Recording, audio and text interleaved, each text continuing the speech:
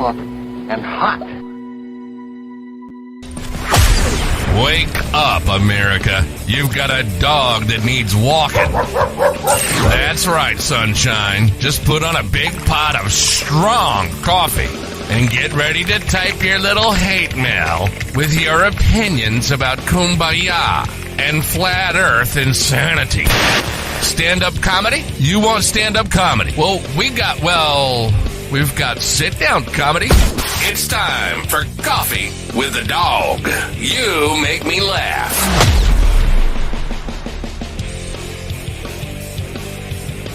You know what? I don't think there's going to be a whole lot of laughing going on here today. Maybe some crying. I make you cry. Holy.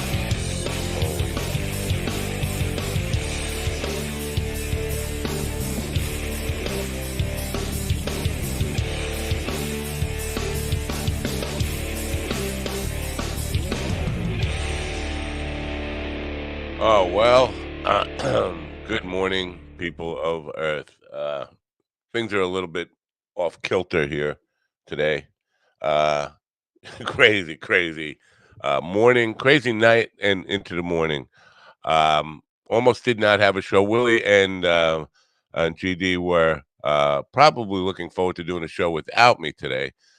I lost internet last night at the actual worst time to lose internet. I was having two business meetings at the same time, going between two different Zoom calls, and setting up the new radio station, which was working good at the moment I was setting it up, and then mysteriously lost internet. And I thought it might have had something to do with me setting up the internet radio server. That doesn't seem to be the case. There's something external here that my cable provider is probably responsible for, but of course they weren't going to take responsibility for it. But I got up this morning and discovered service had been restored miraculously, but nothing was connected here to the networks. We were going to be streaming to nobody. Also, the internet radio is still down. Plus, I canceled the guest for today late last night by email saying, you know what, this is not going to work.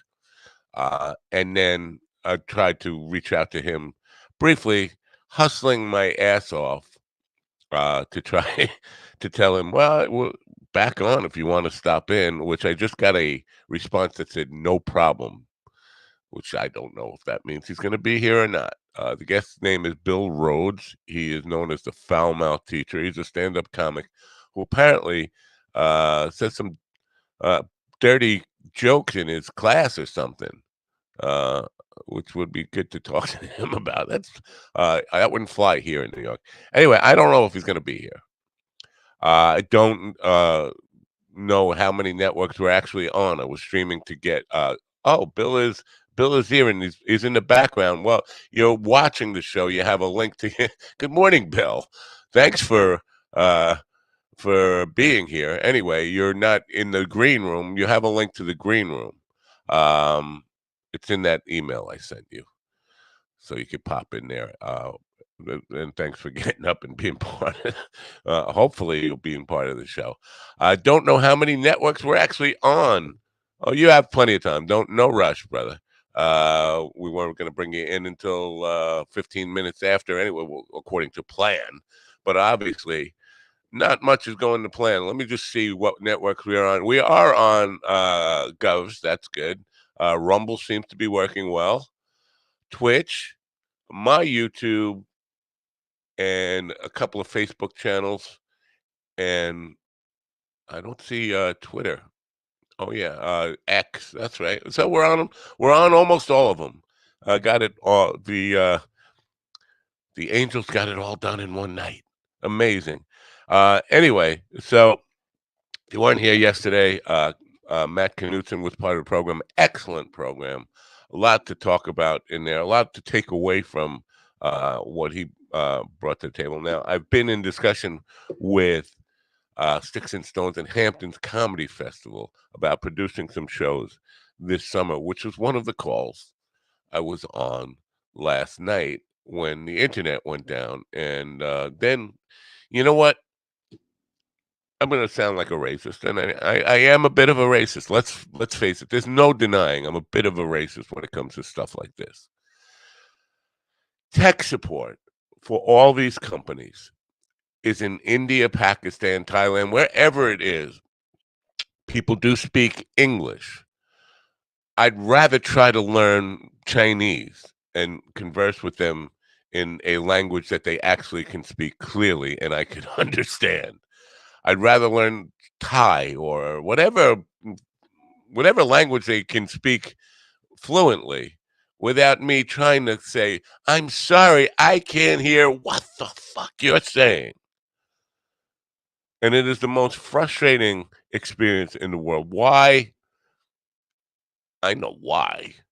Why they cheap out on customer service though, in with the result of pissing off all their customers.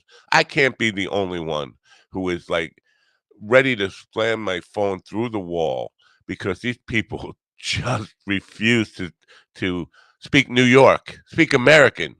They really need to watch the Rev's sermon on speaking American. Uh, I don't know how much that will help, but oh my God, it is the most frustrating experience in the world. And then trying to cancel the appointment for today because here's the thing.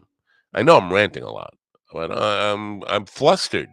Can you see I'm flustered? Um, so when you call and you want to create a service appointment and you tell them, basically nothing is working here. None of modems, no lights, nothing was working. And okay, we're gonna send somebody out. Okay, that's what I need. Send somebody out. Well, we can send somebody out at 7 o'clock in the morning. I'm like, okay, that would get me up in time if they're here. Oh no, not at 7, between 7 and 12 noon. Well, that doesn't really nail it down I don't know what to expect. I have business to attend to early in the morning. Okay, well, we're going to send somebody out and we're going to schedule for 7 to 12. If there is no problem with our equipment, we're going to charge you, and it was several $100s for the visit. But we'll sell you coverage that so if you want to sign up for another $50 a month or 40 something $47 a month, then the service thing will be free no matter what. Like, this feels like a fucking scam here. You're breaking my equipment or you're ruining my service, so I will sign up for a service appointment that I probably don't need. Obviously didn't need because it fixed itself in the middle of the night. And you want to charge me another $47 a month just in case this ever happens again. What would you say to that? Because my inclination was to say, "Fuck you! No, I will prove to these guys the problem is your equipment." And it was obviously their equipment because I'm using the same uh, internet protocols that I have been using before that. Something outside the house was the cause of it. Anyway, so I'm flustered. Now, in the meantime, I told Willie and GD last night that I probably wasn't going to be doing the show. And if they wanted to do it without me, I was fine with that. And they wanted to help and they were backstage ready to help and chip in, and they saw me, and then Willie asked, "Matt, I see you're here. Are you going to be doing the show?" And I am still trying to connect Rumble. I'm still trying to connect the website. I'm still trying to connect YouTube and all the services that were disconnected when I went down. And I said, yeah, I got it. I'm going to be on. And I kind of tried to hang up on him really quick, and he's still there. And I said, I'm working feverishly to get things done. And I went back to work, and then I'm on the other browsers and other machines, and GD and his typical ball busting style. Oh, but you got a fever. Please.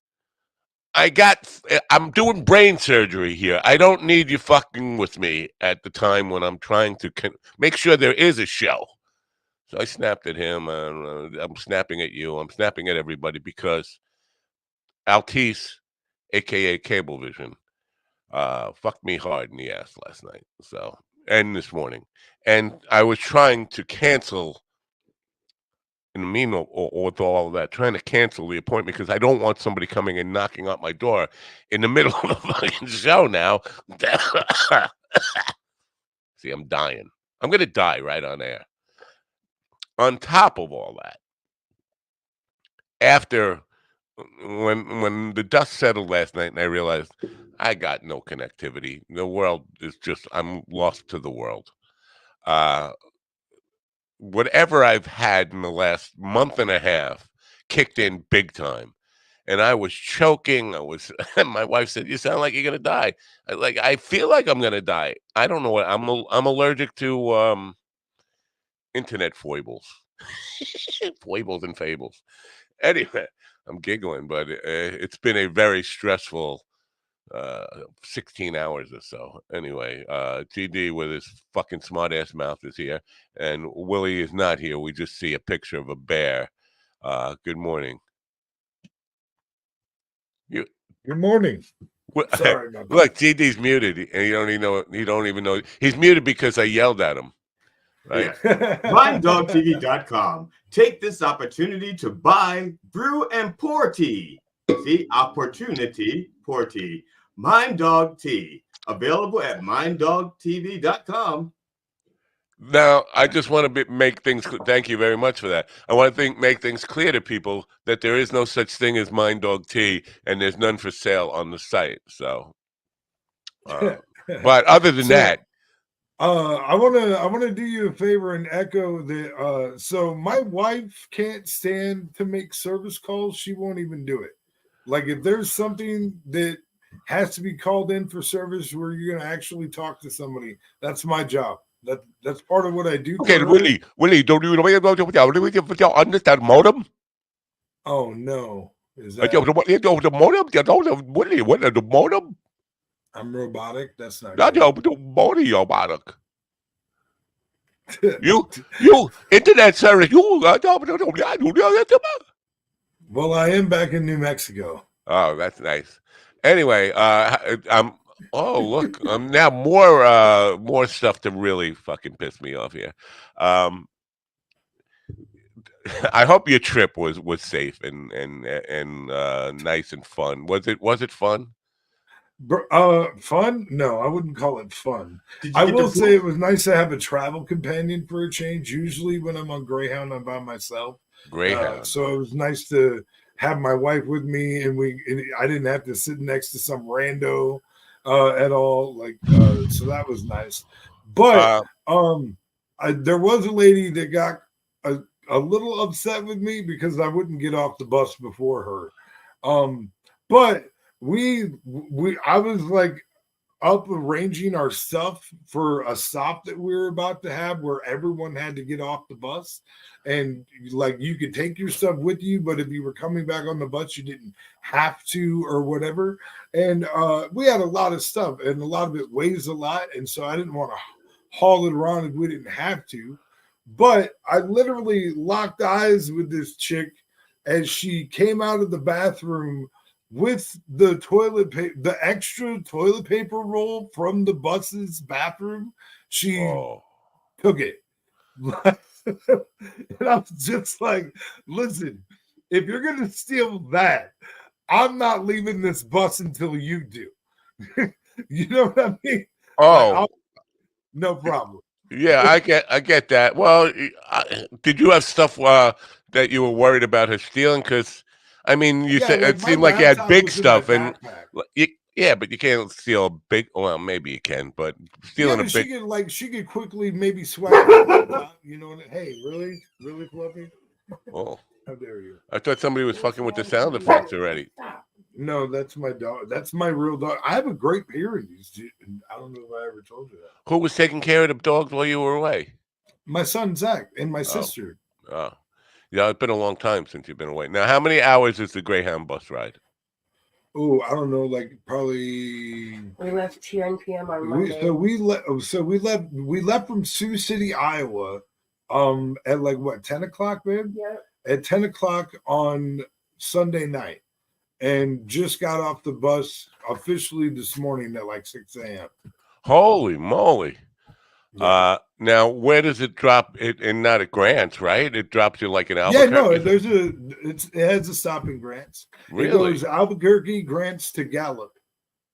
Okay, so it's coming back now. It goes past Grants, and then you got to go to Albuquerque, and then come back to Grants. No. So we came from Amarillo to Tucumcari, and then it stops in Albuquerque, and then Grants, and then Gallup, and then it goes into Arizona. Wow. Yeah. And now, did the bus smell like poop? No, not real bad. They do a fairly decent job of cleaning those out. And They like, didn't when I was I young. would say, I would, yeah, no, I agree. But I would say that so like society is kind of changed. Like I would say what it really is there's like a unspoken rule among bus travelers, because people that travel by the bus are the same kind of people usually. You know what I mean? Like, Yeah. and they usually, that's their general mode of transit a lot of times, especially across the country. I'm still catching my breath here. Yeah, I'm sorry. But I think there's a general consensus that we don't shit on this thing. If you got to go piss, go piss. Wow. But shitting is for emergencies.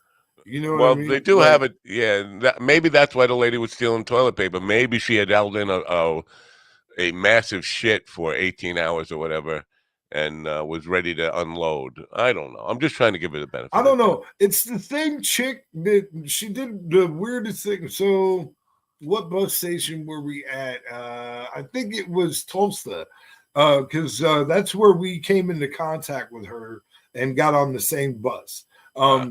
And that chick threw a purse in the garbage because a homeless chick kept asking her for it or something.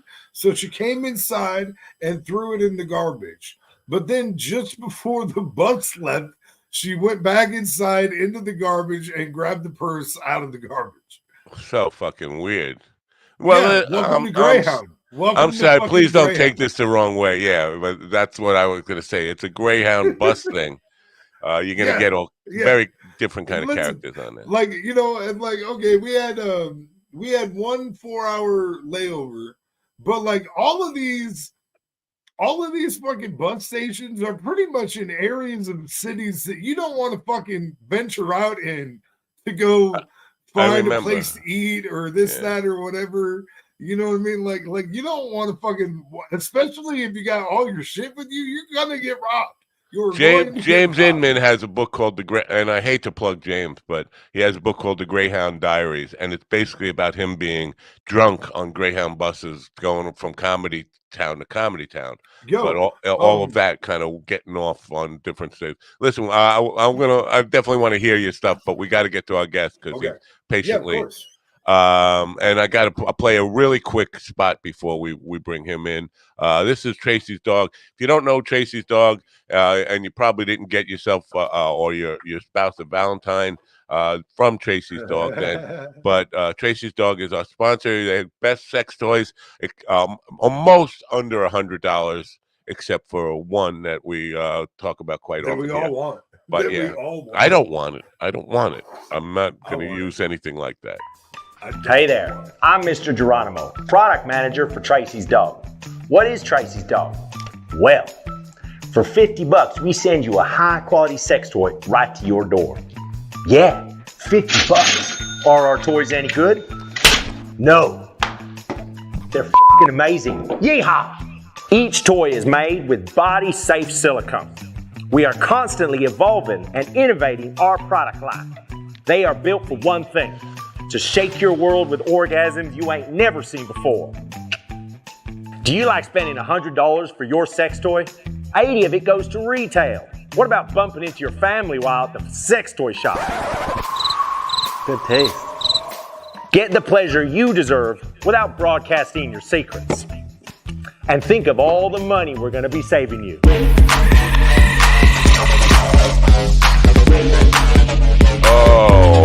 Save me that money. Save me that money because I spend my.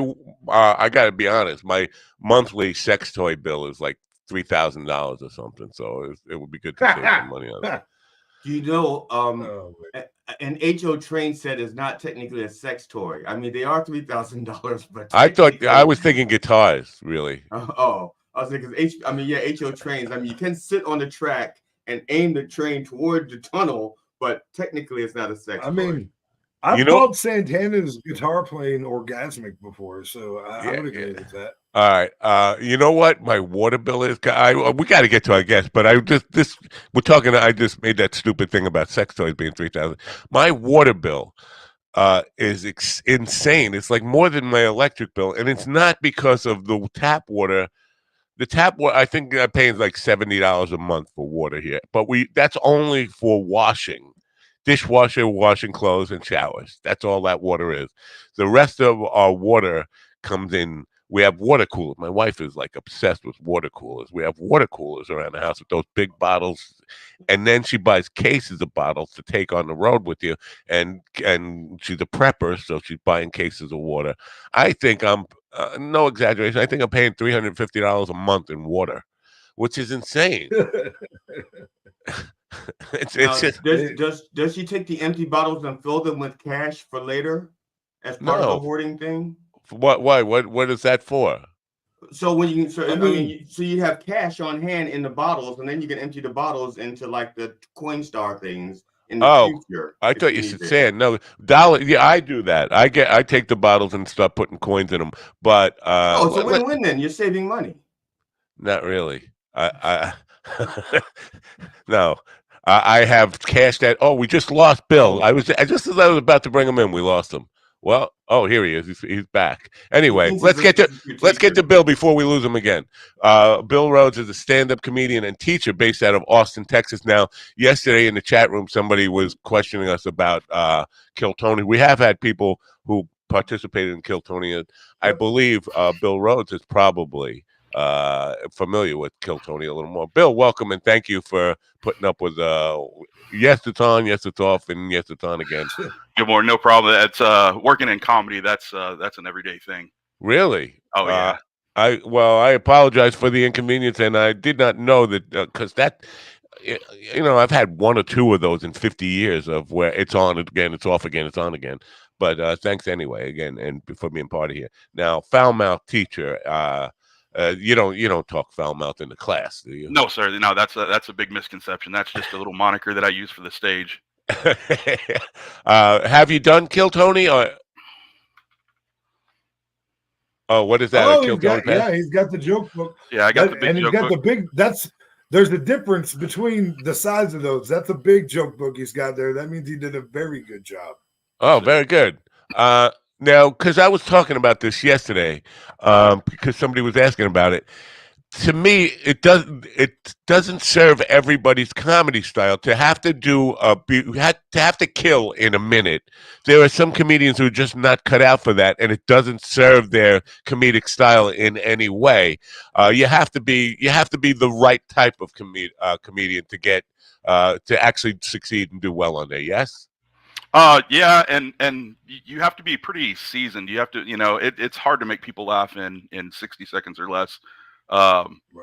God, whenever I first started comedy, it took me like 4 or 5 minutes to set up some jokes sometimes because I'm more of a storyteller. Would you? No, I don't want to get you to badmouth anybody. And Willie, I'll let you chime in here. But he said pretty seasoned, and I just want to. Would anybody? And please, if you have something negative to say, and you don't want to bash somebody, just opt out. But William Montgomery doesn't strike me as a seasoned guy at all. I absolutely love him, and I'll tell a quick little story. I was the last person to get up on that episode. Right before my name got called, we're waiting in a little bar called Poor Choices across the street, and someone came in and said, "All right, they're done. No more bucket pulls." So I was like, "All right, give me 2 shots of Patron and a margarita on the rocks." I killed 2 shots of Patron. Ordered my Uber to give me a ride home, and started walking around sipping on my margarita. And then Colt, who makes the calls, runs across, and they're like, "Bill Rhodes, you're up next on Kill Tony." that was my first time up. I'm excited. My heart's pumping, just running tequila through my veins. And by the time I get up, I get in the back, and William Montgomery is back there helping stage people. One of the nicest people I've ever talked to in regards to the show. But his comedy is he definitely has a shtick, right? I mean, it's he's a character. He has a specific delivery. I think he's perfect for Kill Tony. Like, that's his niche. I haven't gotten to see him do long form comedy yet. You know, I haven't seen a 30-minute William Montgomery show yet, so I can't really say anything. I will say that I believe everything you say. I believe he's probably really a nice guy. I think you're probably right about him being made for that kind of 1 minute format type of thing. But I have seen his show. And it's basically that the William Montgomery show. Brett Erickson is his Ed McMahon on that show. Yeah, and he is basically that minute guy you see screaming at the audience and saying crazy shit. That's who he is. And I wasn't really putting him down as a person. He doesn't strike me as seasoned. He reminds me a little bit of more like a kind of a Sam Kinison style delivery. Right. Yeah. Well, and what gets me the most about him is I have never seen him do a 1 minute set without staring at his note card. I mean, listen, if you want to have a set list that gives you a brief, a couple key words or whatever, I get that. But dude, you're reading the entire joke off, bro. And a lot of times he's not even looking at the audience. And to me, as a comedian, like, listen, bro, like it's a fucking minute. You can't memorize that fucking minute, bro. Well, get the fuck out of here. I don't know. I'm not speaking for William Montgomery, but in case like Bill's case, after a couple of shots of Patron and they're just starting to hit you and you go up there, that could be a very big challenge. Like, who has time to prepare for that minute specifically? You know what I mean? Like, they know they're going to get that time. Right. But it's not just about your minute. Like, your minute matters for sure. But like the longest interview in Kill Tony history had a terrible minute, but her interview went on and on and on because they found out that she was like one of the insurrection people. Yeah, she was there on January 6th and shit. So wow. They talked to her forever. So how you interview also really, really matters for Kill Tony. But in order to get that joke book, you have to, and what they're, and correct me if I'm wrong, but I think what they're looking for the most is they want to see how many pops you get from the audience in your minute. Like, more than anything, and from what I've seen, that's what Tony's paying attention to, is how many times did you get the crowd to actually react in that minute? Right. All right, Bill, coming back to you now. When you did that 2 shots, were you drunk by the time you got to the stage? Were you feeling it, or? I was feeling it, but I stood back in the back long enough to kind of collect myself. My minute that I've done, it's part of my regular 30-minute set. You know, my kind of bread and butter. So I mean, I probably could have been half asleep and walk my way through it with no problem. I did slur a couple times. But, inhibitions. Oh yeah, it definitely made it fun. What it did though during the interview, when you're standing up there, you don't have a good monitor speaker coming back at you. So I was answering questions that I didn't exactly hear right a couple times, things like that. And if you don't mind, I just my final punchline for that. I worked in the prison system before I was a teacher, and so I compared working with inmates and working with students. And I said, just the top 3 things that I learned between the two. 1, they're always bitching about cafeteria food. 2, I'm always telling them you need to walk on the right side of the hallway. And the only way to get fired from either job is to fight one of them or fuck one of them. And even then, I feel like they would just ship you to a different facility, right? I'm kind of just mocking the shorthandedness of the prison system and education. This I don't want to call her names, but this lovely person in human resources didn't find it as funny as everyone else did. Oh, wait. So the job here's back.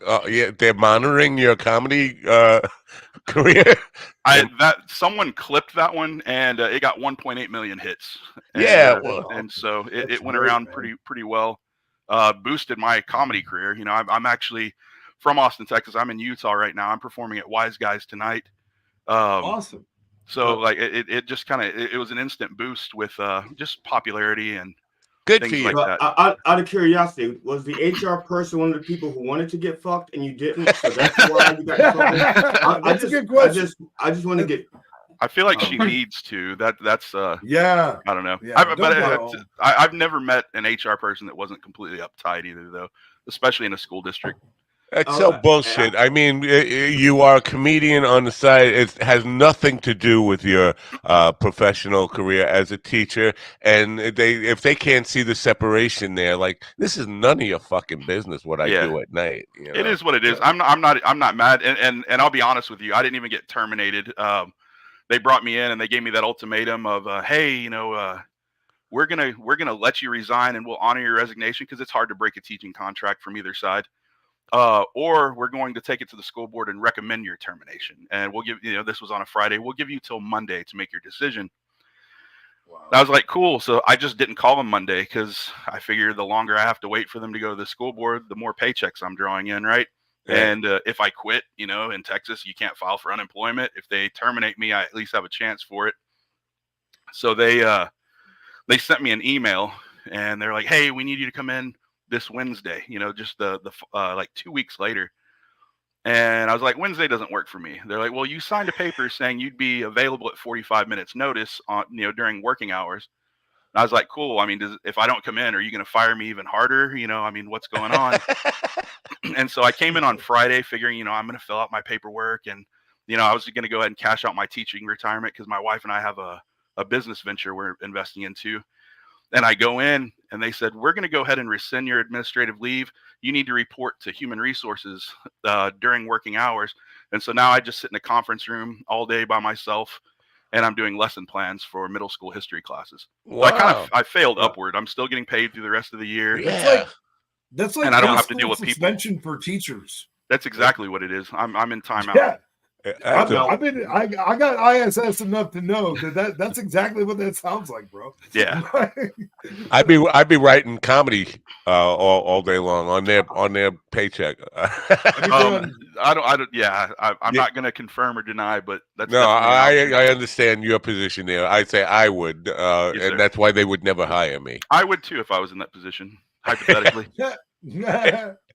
Now, some of the filthiest comedians I've ever encountered were retired teachers who'd been holding, like, three are retired teachers, and one is a retired minister or something. And they all had jobs where they had to hold back for like their 20 or 30-year careers. And now that they're retired, they're comedians, and they are the filthiest. They've stored every filthy thing they couldn't say to their students for the past 30 years, and they're just unleashing it on an audience. Yes. Look at Bob Saget, just with what he couldn't do with America's Funniest Home Videos. Good point. Yeah. Right. Yeah. Yeah, that's very true.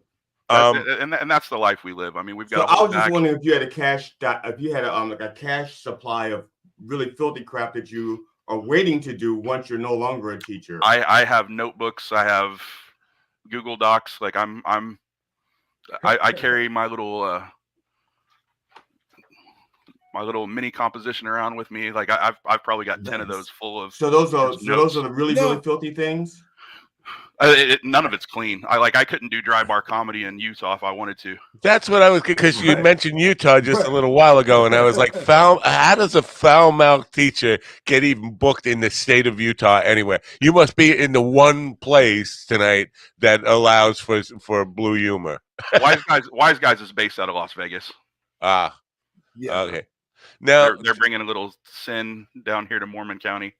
Was your success on Kill Tony directly responsible for your career expanding out of Texas and being able to kind of branch out and get on the road and do some more stuff?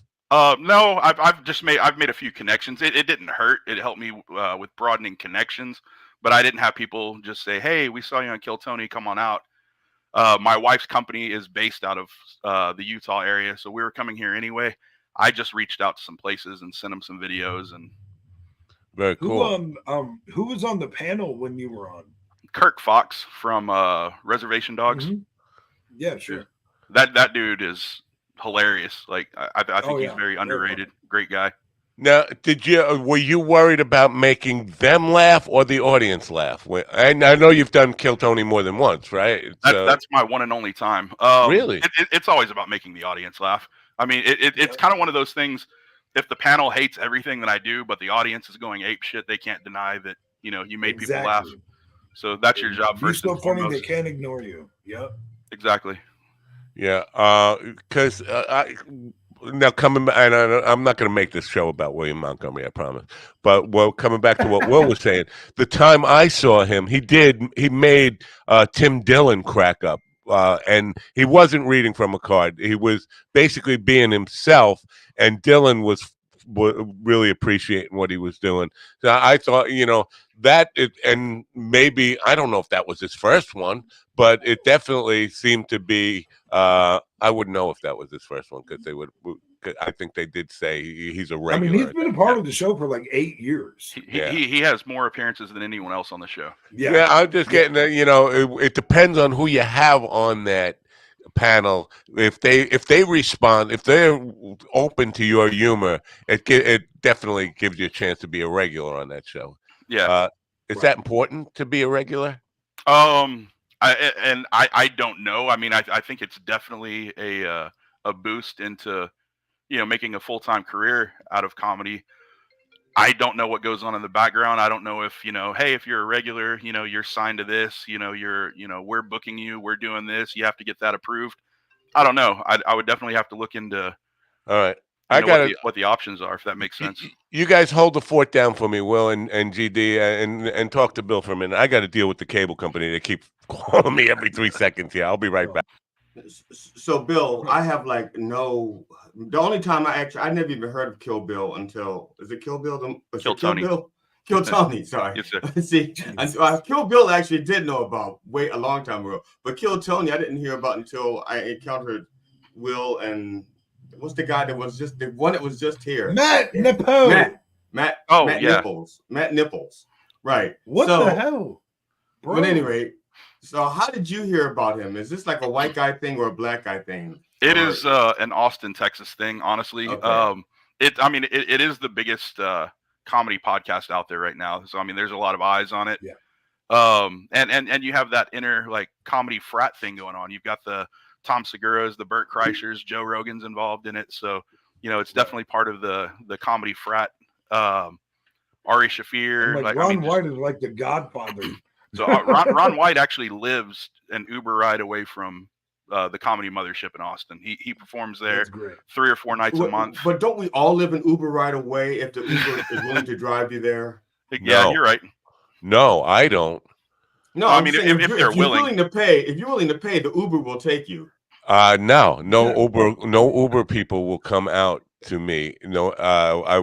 I've tried this when I was going to try and go to the airport, and I couldn't find an Uber driver within 75 miles that would come out here. Okay, so everybody except for Matt. Everybody except for me. Yes. How many stars do you have on your Uber rating? No, that may have something to do with it. None. And Renner. I've never taken an Uber. Okay. Yeah, it's just. Yeah, it's so far away, and where I am, it's just like it's like I'm not going there. It might be no man's land. It's dangerous up there. So that's why I've only used an Uber once. Don't run. My wife and I used an Uber once, and it was like $150. Actually, the actual Uber ride was $104. Plus, I give them a $50 tip. The price I was quoted to go to the local airport, wow, we're getting on this stuff. It was over $300. It was like 300 and change or something just to go to the airport. And I was like, are you kidding me? It's cost me less to fly to Tucson, Arizona than it does to take an Uber ride to the airport to fly to Tucson, Arizona. It doesn't make any sense. I might as well just take the Uber all the way to Tucson. Make it make sense. Now, Bill, your comedy has a lot to do with, or at least from what I've read, I haven't seen you, but the state of education. This is what I'm curious about. Do you have a lot of hope and faith in the younger generation, the kids of today? Yes and no. I'm a history guy. I do believe that weak generations raise strong generations. You have that hippie generation that raised the latchkey kids, the Gen X. And then I think in turn that strong generation doesn't want their kids to have to go through what they went through, so they raise weak kids. I think it's just cyclical. Yeah. And I think we're hopefully on the pendulum swing of we're going to have some stronger kids because that latchkey aspect for kids is kind of coming back. Well, my take on it, because I have interviewed children, believe it or not, children that blow me away as far as their brilliance. I had a 13-year-old author on. She was on her 8th book at the time. She's done 2 more books since. I think she's like 14 now, and she's got 10 books out and novels and really adult. Not adult in sexual content or anything like that. Adult conversations, adult dialogue in their novels. I had a 19-year-old environmental biologist. So there are some brilliant kids, but I think there's a small segment that are super brilliant, high achievers, and the rest of them are dumb as a rock. Yeah, and so I brag on my kids all the time. I have 2 boys who are 19 and 20, and my daughter's a sophomore in high school. Their mom bailed on us when my daughter was young, and so for 11 years, I raised my 3 kids by myself. We're in a small country town where I was a teacher and coach. I got to coach my boys through sports. My daughter, she had never seen Frozen, but she knew how to pick apart a defense with a spread offense. Like, that's my kids are tough. They're kind of a little rough around the edges. My oldest was a 2-time All-State quarterback that graduated 5th in his class. My younger son's the poster child for ADHD, but he persevered. He was he was a 6-sport athlete in college, in high school, and both of my boys skipped college. My oldest one is right now he's a tradesman plumber making higher than a teacher's wage. My 19-year-old's an electrical apprentice who's doing the same thing, making more than a teacher's wage. My daughter's going to make me go broke because she wants to be, she wants to do blood spatter analysis. And wow, a Dexter fan. Yes, so I'm a little scared sometimes, but yeah, I would be. I just want to say, Dexter. Unfortunately, even a lot of comedians are making for a teacher's wage. Yeah, it's pitiful what we pay teachers. It could be worse, Bill. She could want to be a forensic humorist. That'd be no shit. Don't do comedy, don't do education, kids.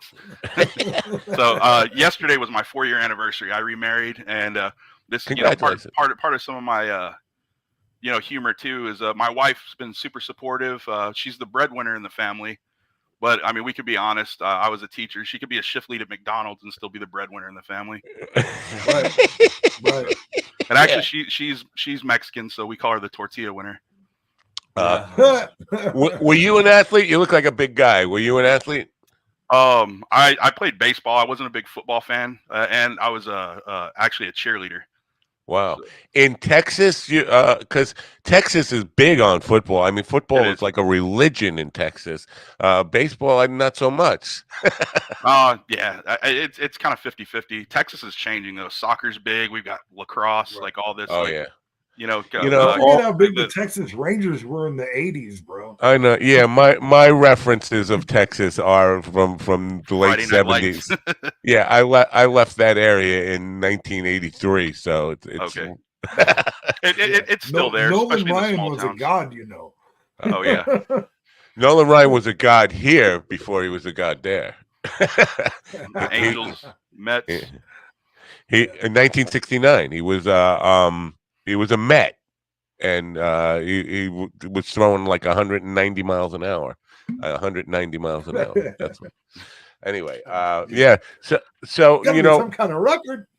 Yeah, it was kind of close. Now getting started in comedy and getting out on the road. Are you doing other places other than Utah? Have you been to Vegas? Have you been to LA or any of that kind of stuff? I haven't been to LA. I haven't been to New York. My father-in-law, my wife's dad, lives in Vegas, and so I'm gonna go kind of spread myself out a little bit there whenever I get a chance. After this week, I'm going back home to Austin for 5 days, and then we're gonna go to Florida. So I'm gonna be in Pompano Beach, Fort Lauderdale area, and I'm just going to go kind of spread myself around some open mics and, you know, just hit some other clubs and all that while I'm there. And I think Florida know some is people. Florida is the land of opportunity. I think for comedians and musicians. I think there is there's so much opportunity there. Now it's not going to be necessarily a New York scene or an LA scene as far as, or probably even an Austin scene, as far as high profile type gigs. But there are so many opportunities, and most of the people who are there are not from there, so they're going to go back home and talk about you and remember you there. So if I were a young person and pursuing a career, I would definitely make Florida stops at least like once a quarter. Yeah, it's Florida, Arizona's big right now too. You know, the Tempe area, and yeah. One of the things about places like that too, you know, Arizona, Florida, even Utah. Utah's got a big comedy scene. It's not New York, it's not LA, and it's not Austin. And so people from those areas that are trying to make it, they go because they want to get on, you know, in the Comedy Store. They want to go to Austin and get it in the Comedy Mothership. They go to New York to hit one of those 50 places that you can get in.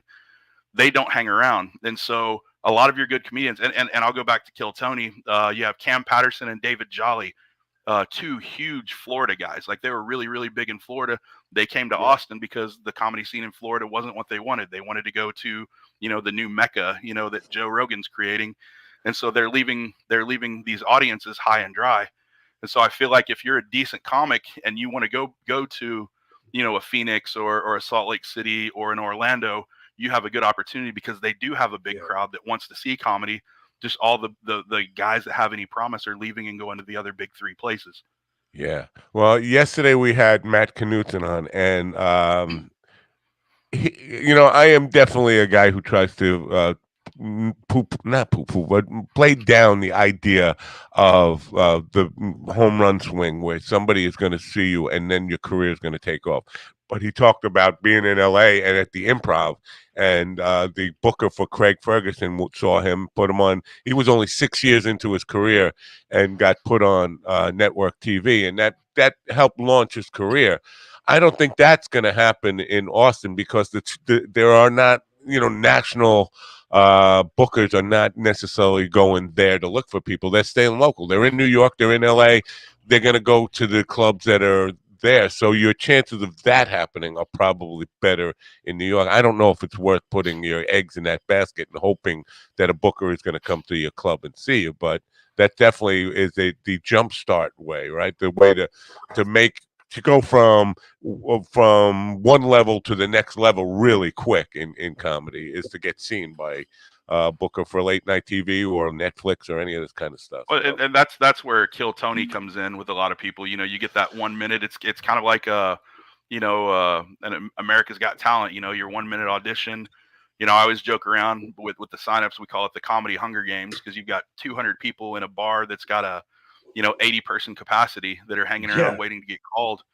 And good Lord, and I don't know if y'all watched any of the New Year's Eve shows, but it hurts to be a good comic who puts in time, puts in effort, puts in writing, and to see some of these people go and waste 8 to 10 minutes of that show with just complete garbage. Yeah. When I could throw a rock and hit 20 comics that could probably go on the road and do a solid 20 to 30 minutes and be an opener for some of the biggest names in America that are out there today. Yeah. And just to piggyback onto that, there's like 20 or 30 comics I would just hit with the rock on principle. Yeah, I know some of those too.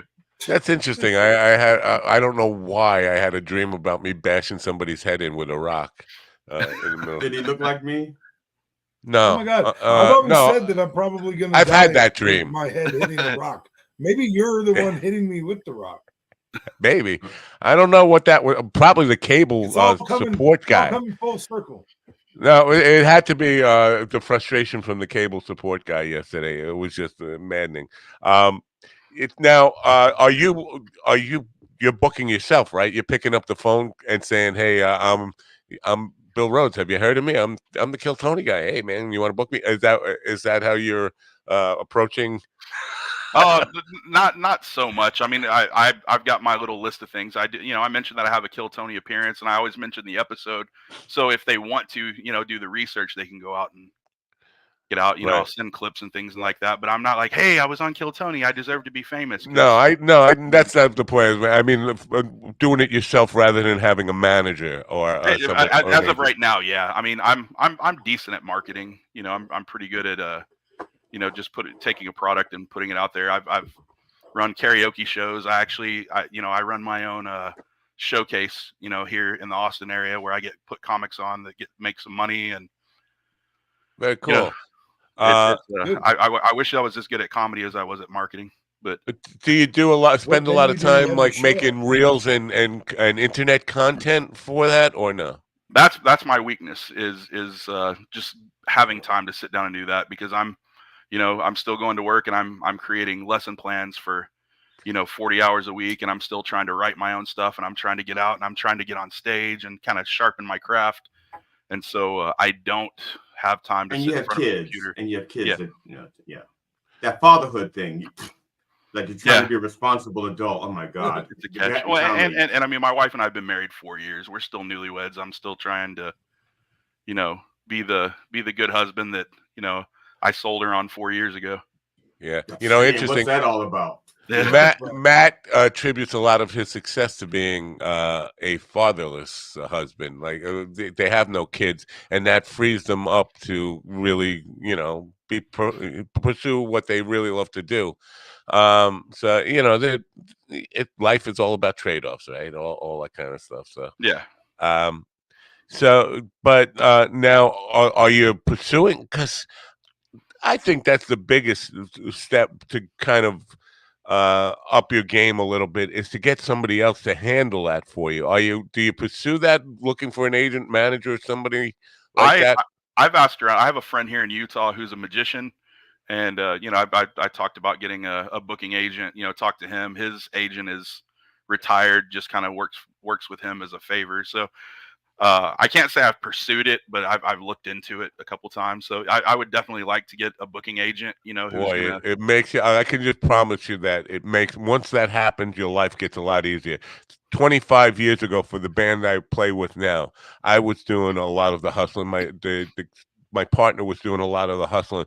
I'm just constantly making phone calls, constantly going places, sending tapes and all this stuff. And then the minute we got with booking agents, and we had 4 of them working for us at once, it was just like the world got so much easier. COVID killed 3 of the booking agents. It made things really rough again. Come on, man. Yeah. COVID wasn't killing people. Right. No, I don't know about people, but it was killing opportunities. Yeah. Yeah. No, you know what? Actually, well, I don't even want to go. Now, as a history guy, I'm curious. Do you? And this is an off the wall question, but out of left field. Do you think 100 years from now, this world that we live in is going to survive? Being a student of history, you have to know that the old cliche that those who fail to learn from history are doomed to repeat it. Do you feel? Are you a doom and gloom guy like me, or are you an optimist for it? A little bit of both. I mean, I'll repeat and say I do think history is cyclical. I don't think it's always destined to repeat. I just think that certain kind of generations produce another kind of generation. I don't think people reproduce exactly what they are. It's not a generational repeat. It's a generational cycle. And I mean, we've had and I hate getting political because I don't like either side, but I mean, if you look at the last major candidates we've had in the White House, or that have thrown their names in the hat for the White House, I think it's kind of funny that we go here. I was hoping for a Charlie Sheen Carrot Top 2024 just to see how far we could take this circus. But I would love to see something like that. I think we're going to look at this generation of politicians, the same way, kind of some of us history guys look at guys like William Taft, just kind of a little bit of a joke. We're going to have the old tricky dick Richard Nixon, with the Trump scandals and things like that. Yeah, but let me put it this way, because it seems like you're talking about American history, and I am too, because I think America is the great civilization now. But we've never seen a great civilization that has lasted 250 years, or maybe Rome is about 250 years. But all great civilizations fail, and I think or fall eventually to something else. And that's where I'm thinking about, what the world we live in today, the world we've come to know. Probably time is limited and ticking for the next thing, whatever that thing looks like. Who the fuck knows? I think we've marketed ourselves into, everyone's, China's going to own us. China's going to take over. Whatever spin you want to put on that. China, they produce all kinds of just shit, and we're their number one consumer. China doesn't want America to fall because we're the idiots that buy all the stuff. I took my wife to see One Love last night, and people are carrying in buckets, like 3-gallon buckets that you get to bring in and refill your popcorn. And they've got these like 64-ounce soda things. We purchase, food by the trough. Our buffet. I mean, our buffet is literally just a hog trough that, people line up at. I was at the buffet No other yesterday. country. What are you talking about?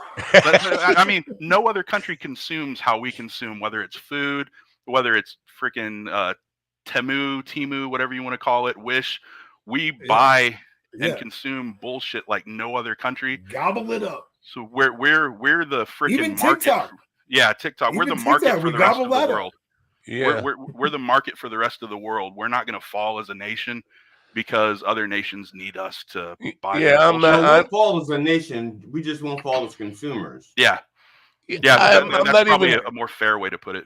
You know what? Maybe I'm a globalist, but I'm not even thinking in terms of falling as a nation. I'm just thinking the world is changing, and America is obviously still the thing that most people look up to as far as Hollywood, and as far as entertainment, as far as culture producers, and that part of that culture is consumerism and all that kind of stuff. I'm just not sure where we're going with, especially when the robots take over, AI and all this kind of stuff. What the world might look like 100 years from now. I just, Will brought up a thing with the Neuralink last night, and I don't know, who knows how much of that is true, but putting chips in brains and stuff like that. Who the frig knows where we're going? And as a teacher, you're dealing with people who are going to experience whatever's coming. It's got to be an interesting ride. Dealing with Matt, you have some pills there, don't you? You can take so that you can last another 100 years, and we could all find out, right? No, they're not pills. It's shot glasses full of yuck. Oh, sorry. You have shot glasses full of yuck. Something I got to drink? Yeah, I didn't. Didn't we go through this? Bill, if you don't know what they're talking about, a guy near you, actually in Austin, Texas, has a lab, SES Research, and he's developed what he calls a anti-aging process where it's a product. It's a carbon molecule, and he dresses it in olive oil. Okay. And it's supposed to double your lifespan at least. And it has in all the lab mammals that they've tried it with, doubled their lifespan. So basically saying I could live to 140, 150 years. Why? And I tested it for 2 months. And it's a shot glass full of this chemical, this carbon molecule, but it's doused in olive oil. And I don't know if you've ever just drank pure olive oil, but it's no fun. It's got to be good for the vocal cords, though. Probably. I'll tell you this: it's good for the bowel movements. It'll make it more regular. Exactly. Bill, I'm going to ask you. Plug it up your toilet; it'll slide right down. I asked this to an audience at the show I did in Sioux City. You ever take a crap so big your dick gets hard? Like, that's confusing, right? Like that's a weird thing to have happen. That's not. I think you're the only one that's ever happened to, my friend. I don't know about that. We could put that out as a survey to see how many people. No, like I was concerned. I was worried about it because, like, in my 20s, I'd go out to bars and gay guys would buy me drinks, and they'd tell me that I was gay, and I just didn't know yet, and I thought maybe I was transitioning or something. Like, maybe this is what they're talking about. So I went to the doctor to get it checked worked out, and he told me it was a fiber issue. I just needed some more fiber in my diet.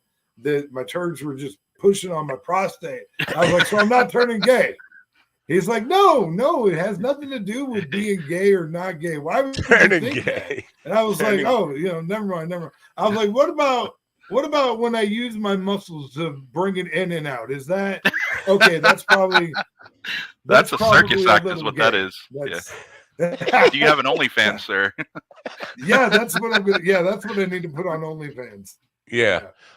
Where were you a corrections officer when you were in the prison system? Yeah, I started off as a CO, worked my way up as a supervisor, riot team commander, a little bit of everything. In Texas? Yes, sir. Because I just thought maybe you and Will had crossed paths at some point. Yeah, I did. Yeah, I did 10 years in the South Dakota DOC. Nice. As a corrections officer? No, for a quarter an hour. The other side. The other side. Now, as a resident, did that provide you with any comedic material from that experience, or no?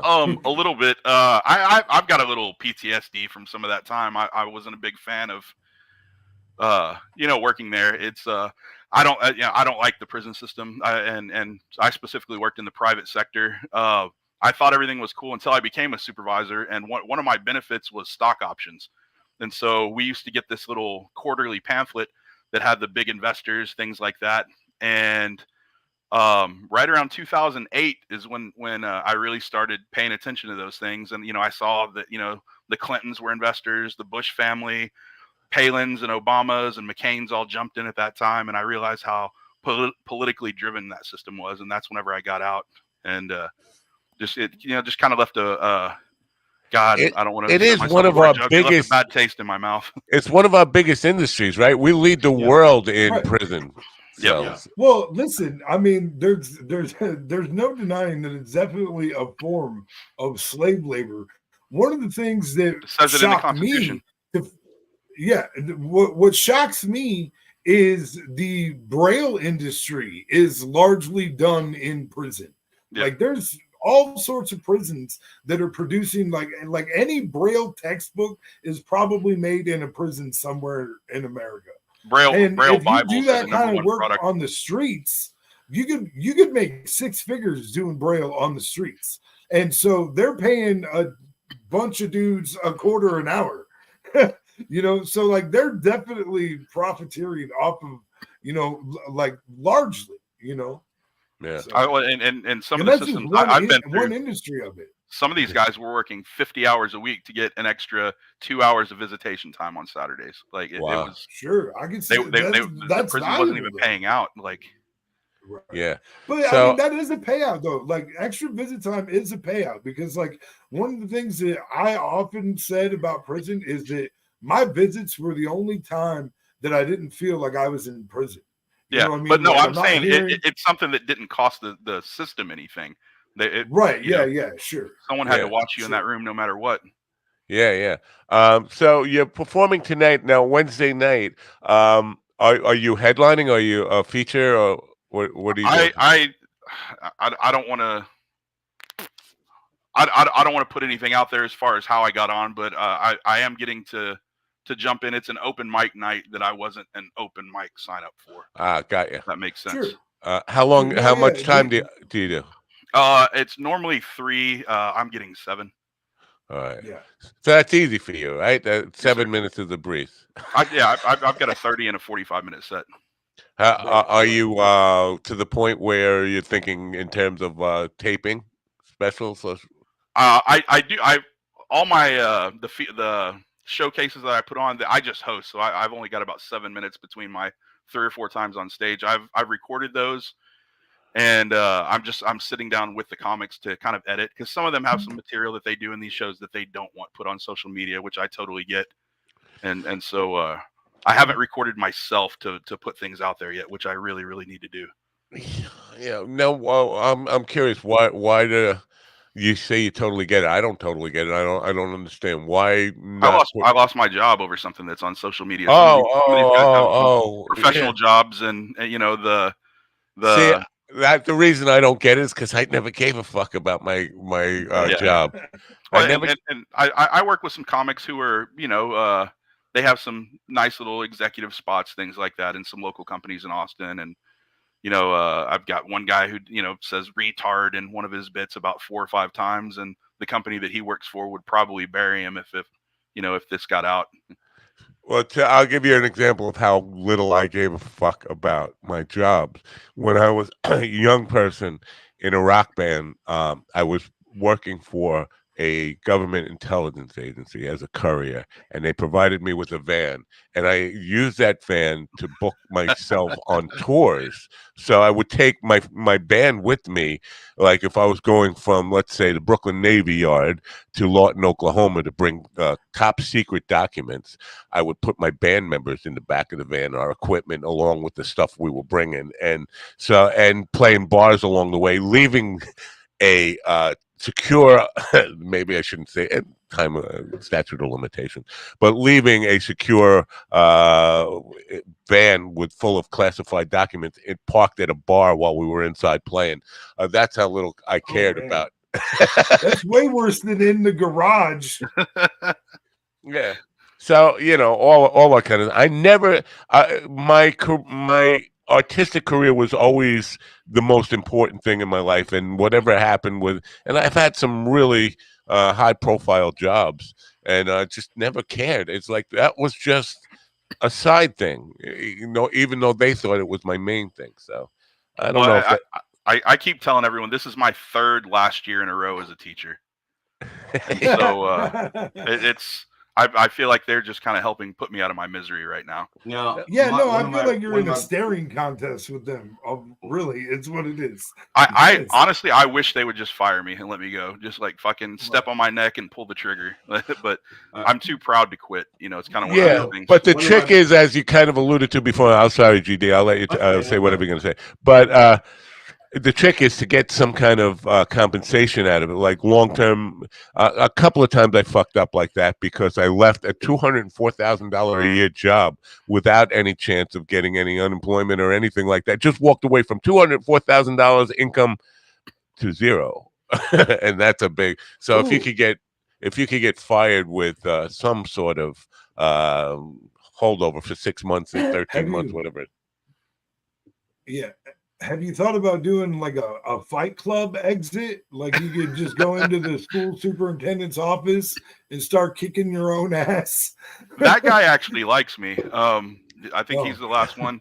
I had some news stories early in the year. I was probably in the running to be the district's employee of the year, teacher of the year before my comedy hit out. We on Wednesdays, little joke can fuck you. Yeah, it can. But on Wednesdays, teachers were allowed to wear jeans if we wore like either a college or a military shirt. And so I went to the district and I was like, hey, can I wear trade shirts, like electric company, stuff like that? Because not all kids are, destined for college, destined for the military. And I got approval. And so I reached out online to, just a local Facebook group. And I ended up, like, it went viral, had news stories. I've got in my garage right now probably 300 shirts from different companies, trade companies all over the nation. And wow. I've started a portfolio. Like I want to start doing like job fairs and career fairs for these kids. And my joke kind of burned all that momentum. Did you do wardrobe changes during the day on Wednesdays? Then I was handing out shirts. I was giving them to other people, other teachers, and all that. Because I mean, there's no way I was going to knock out that many. But yeah, it was. So I went from like speaking at school board meetings about Workforce Wednesdays to hey, we don't want you on campuses around kids anymore.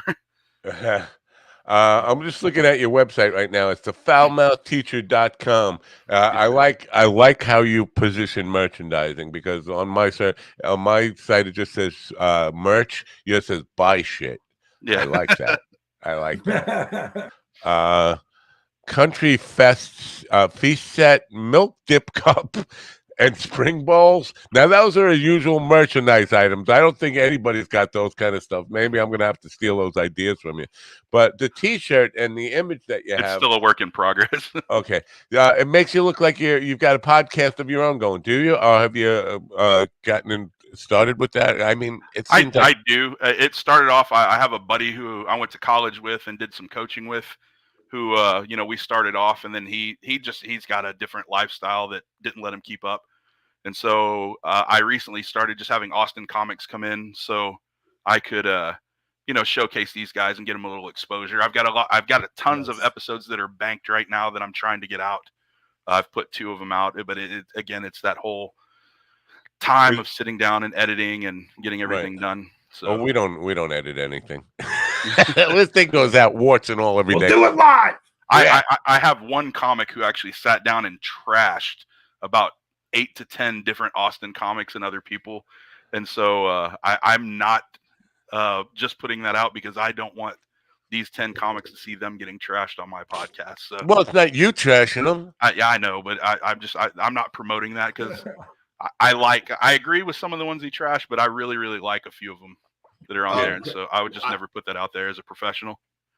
I don't want to. I have a thing called Done Way Past Funny where I interview people in the comedian in the comedy business, and so occasionally they will trash. If they trash someone, I leave it up. Actually, I leave it up to the guest usually. Mm-hmm. Says if you don't want it out there, let me know. I will mute it.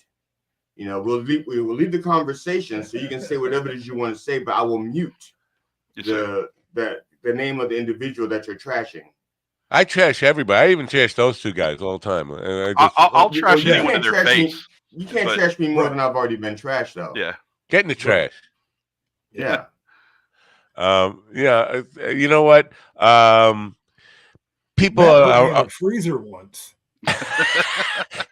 People are responsible for what they say, and you can backtrack. You can say I've rethought, I was wrong, and all that kind of stuff. But at the end of the day, I think like you gotta.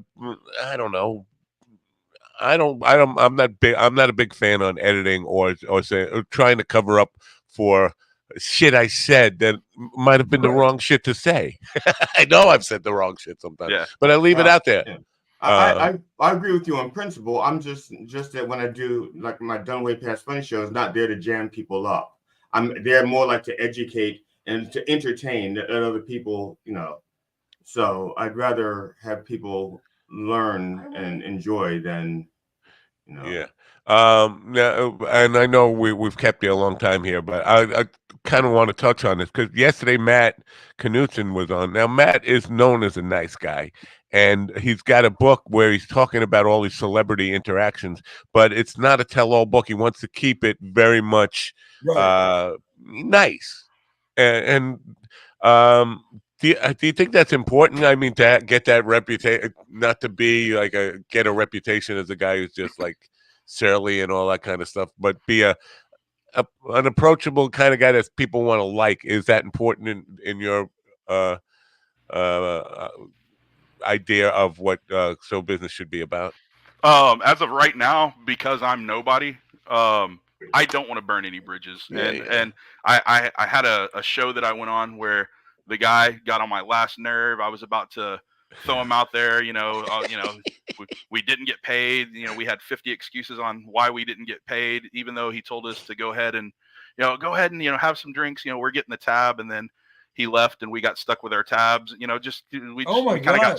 got screwed over on this. I almost went out, and one of my buddies, he gave me some shitty little, not shitty, but just a set of memes. Is like, don't ever burn a bridge because that person you absolutely hate may give you that one opportunity later. And so I didn't say anything. And then a week later, this dude apologized, ended up sending me some money, kind of covering everything that he had promised, and actually gave a legit excuse on why it didn't work, why he didn't get the payout, and gave me a really good opportunity. So all right, so with that, I want to say to Mike Big M, Mike West, Big M, I'm sorry for all the shit I said about you on Monday. Or no, and I mean, there's some legit aspects and all that, but I'll just go back to I'm nobody, right? I don't want that reputation of this little no-name guy in Austin likes to trash people. Once I've established myself enough to sustain myself, I have no problem saying what needs to be said. I think this might be some of Willie's influence on me, which I hate to even acknowledge. But I, you know what, we're all nobodies to some extent, and I think you got for me, because I have been called a nobody by people on my YouTube channel when I'm just like fucking goofing around. Like, who are you, a nobody?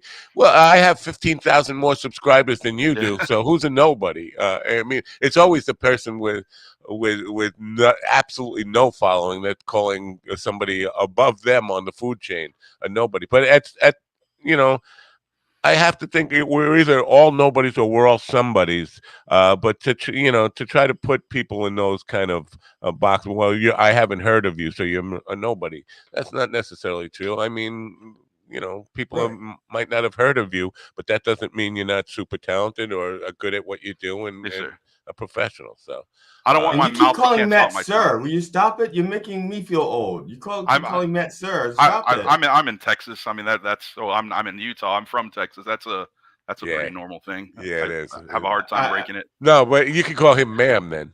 You can call me ma'am. You don't have to. We try not to get gender specific around here. Right, it's a fluid issue. Except with Tracy Chapman up there in the left-hand corner. She prefers to be called ma'am. Only when I'm in my fast car. Tracy Ocean. That's what we call her, Tracy Ocean.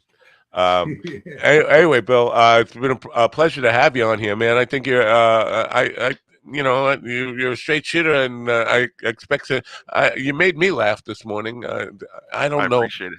I have one question for you, Bill. Bill, I'm sorry, Matt. No, go ahead. One more question for Bill. If you could be the spokesperson for any product for your beard, what would it be for? Honestly, I just use coconut oil most of the time. Coconut oil, nice. Yes. Yeah. Is there a brand of coconut oil, or is this like you have like a go-to coconut oil? Or whatever my wife buys me. It also doubles as a sex lubricant, so it's an all-in-one. Yes. I was gonna add. Do you use it for lube? There you go. Yeah. All right. That's right. But no, I go to a black barber shop to get my beard done, and so you hear some shit. Yeah. Oh yeah. But the barber that I go to, he was like, yeah, you use coconut oil, and I was like, oh, we got some of that in the bedside table, so. I have a feeling that black barbershops are different in Texas than they are in like Riverhead, New York. It's just I don't think they're probably. If it's a real black barbershop, no. They're real black barbershops. We have a union, so you're right. Yeah. If you're gonna be, if you have, there's the black barbershop here in Grants, New Mexico. Like for real. You're gonna have like a black barbershop in Montana in the middle of a compound, and it's going to be a black barbershop because it has to adhere to certain rules to get the card black barbershop. Otherwise, it's just barbershop. Yeah, like this one here is right next to the locksmith store. I think that's almost a requirement. Yeah. And you have to have certain things. You have to have somebody coming and hawking something once in a while. Yeah, if somebody's got to sell weed. Yeah, somebody's got to be hawking stuff. I know white barbershops where that happens. But it's the product that you hawk. Yeah. Right. Yeah. Like I'll be there, somebody like hawking shampoo and local content announcement. The one I go to, they have a shelf full of knockoff colognes and perfumes. Yeah. Yes. Like that's how you know it's legit. I haven't been to a barbershop in longer than I haven't been to Texas. So. Which is quite a few years. But so anyway, like last time you were at a barbershop, you had hair, so it's been a while.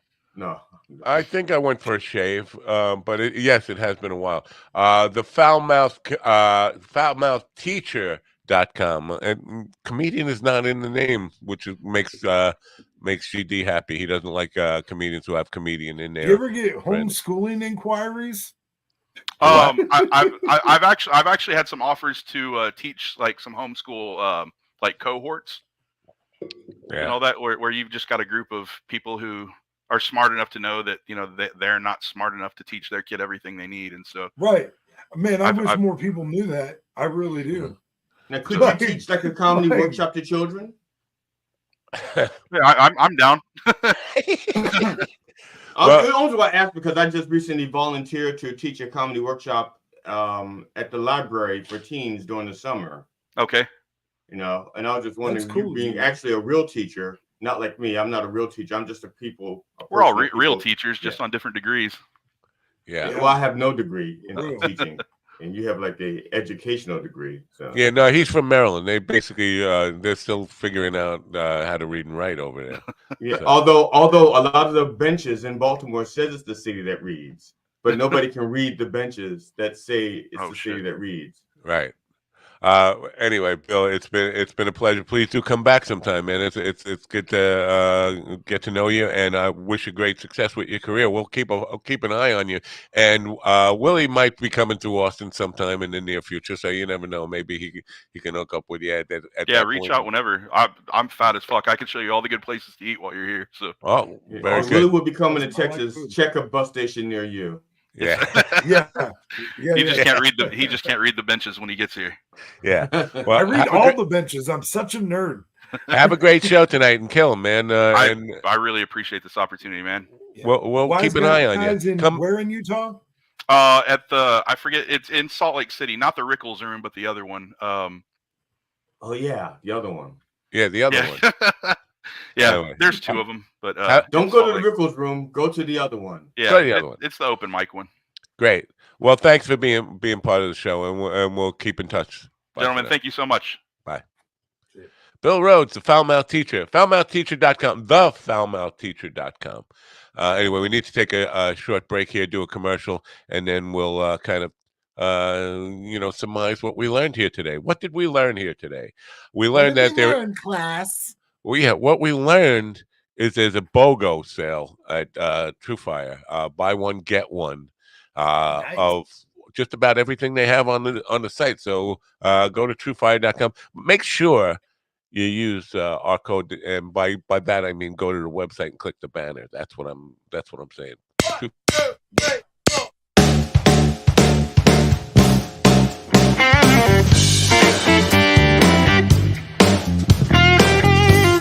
Over 2 million guitar players worldwide learn, practice, and play with TrueFire. Our learning tools and massive library of video lessons will ignite your technical skills, harmonic knowledge, rhythm playing, and soloing chops. TrueFire's educators are the best in the biz, from Grammy Award winners to world-renowned artists. You'll have access to an unparalleled faculty of over 300 top-notch blues, rock, jazz, country, fingerstyle, and acoustic guitar educators.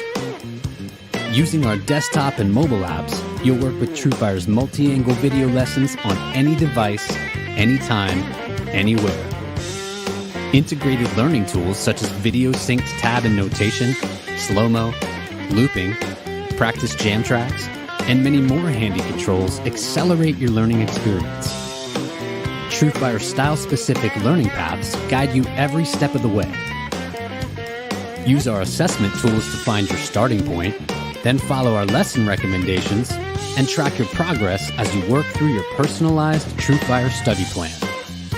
Progress faster with private one-on-one instruction, group lessons, multi-track video jams, live streams, song lessons, student forums, TrueFire's Riff magazine, premium jam tracks, and much, much more. With thousands of 5-star ratings and reviews from amateur and pro players alike, you'll find yourself in good company with the world's most comprehensive guitar learning platform. Grab your guitar and ignite your musicality. Sign up free for an all-access trial today. Oh, all access. Yeah, learn, practice, play, and sign. I have to. What do you have to do? I have to change my Underwear? post that I did yesterday because I did a post. No, well, I need to shower and stuff. That's for sure. Like I literally just barely had time to set up after getting home from the bus. Me too. Like we had to. Yeah, I'm so sorry, and I didn't. I'm so glad.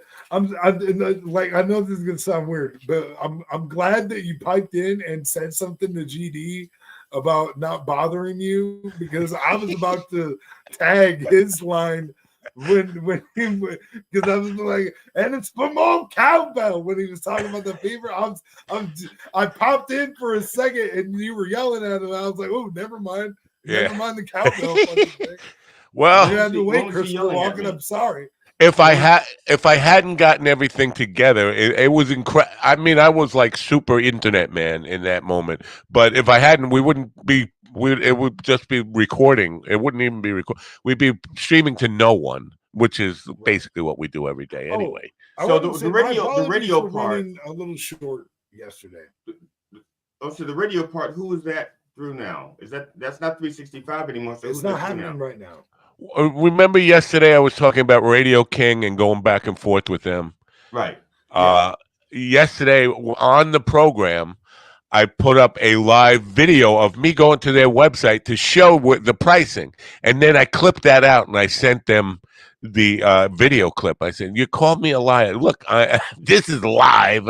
And you can see that it has your URL on there. It's on your site. Now, people have gone to that site and not seen the same discount. There are people who, because I asked people on my Facebook page to go there and screenshot it, and some of them it said $34 a month down to $29. It's crossed out and then $29 a month. The one that I have says $2 a month, and she was accusing me of doctoring that and me being faking it. So I was like, here it is. You can't say I'm faking it anymore. I think I may have an idea as to how and why that's happening. It's cached from an old. Yes. But they say they never made that offer ever. And I'm like, that's a lie because I didn't make this up. I did not doctor this shit. Right. So at some point you did offer that. And the fact that I still have it cashed, that's on you. It's not on me. So I sent her that. And then she wrote back, your screenshot is an MP3. I was like, no, it's an MP4, you dipshit. It's a movie. Right. Yeah. So anyway, now she's saying she can't open it and watch it. I don't care anymore. I found another provider. We are on internet radio is back. I was plugging that in to the website last night. What are you saying? He said, "Who's the internet radio provider?" I'm not telling you who that is. It's me. It's me. That's the problem. I was setting up my own server for internet radio when the internet went down, and I'm thinking, did I do something? Did I, you had a Steve Urkel moment? Did I do that? But I couldn't have broken it because it fixed itself overnight, so it wasn't me. It was just a sales. You were part of a sales promotion. Something. Once they took it down, they started calling all of these people and saying, for $40 a month.